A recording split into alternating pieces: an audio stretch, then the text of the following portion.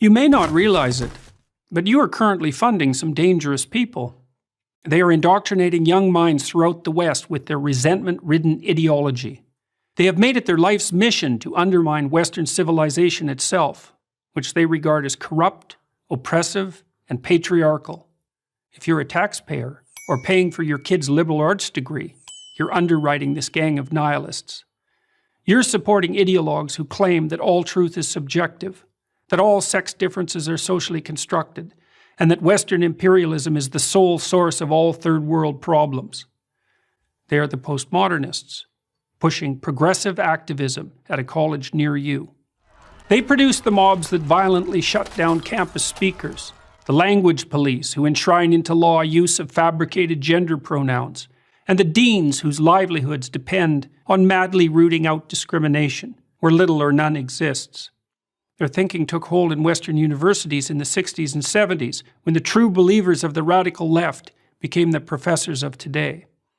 And now we rack up education-related debt, not so that our children learn to think critically, write clearly, or speak properly, but so they can model their mentor's destructive agenda.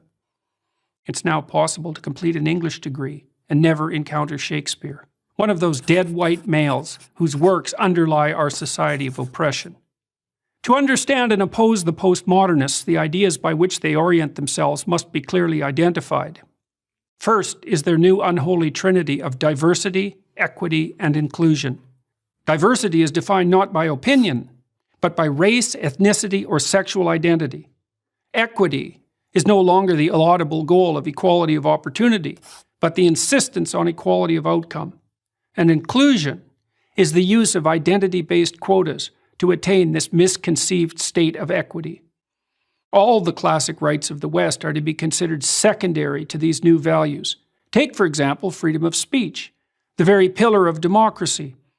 The postmodernists refuse to believe that people of goodwill can exchange ideas and reach consensus.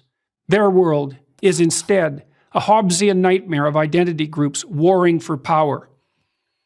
They don't see ideas that run contrary to their ideology as simply incorrect. They see them as integral to the oppressive system they wish to supplant, and consider it a moral obligation to stifle and constrain their expression.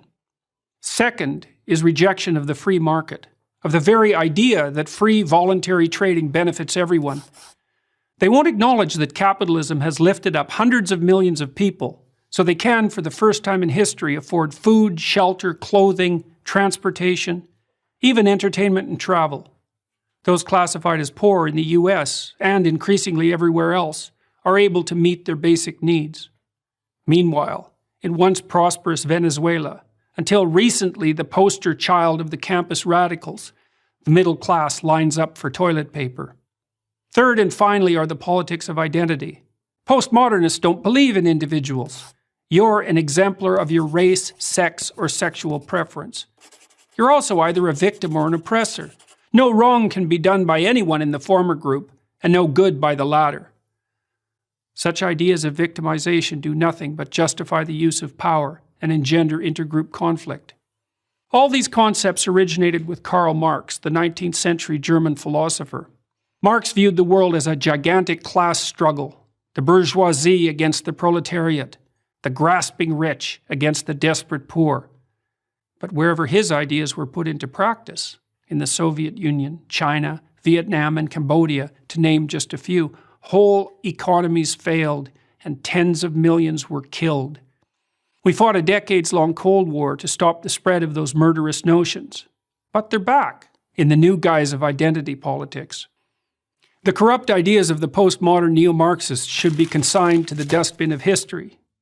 Instead, we underwrite their continuance in the very institutions where the central ideas of the West should be transmitted across the generations.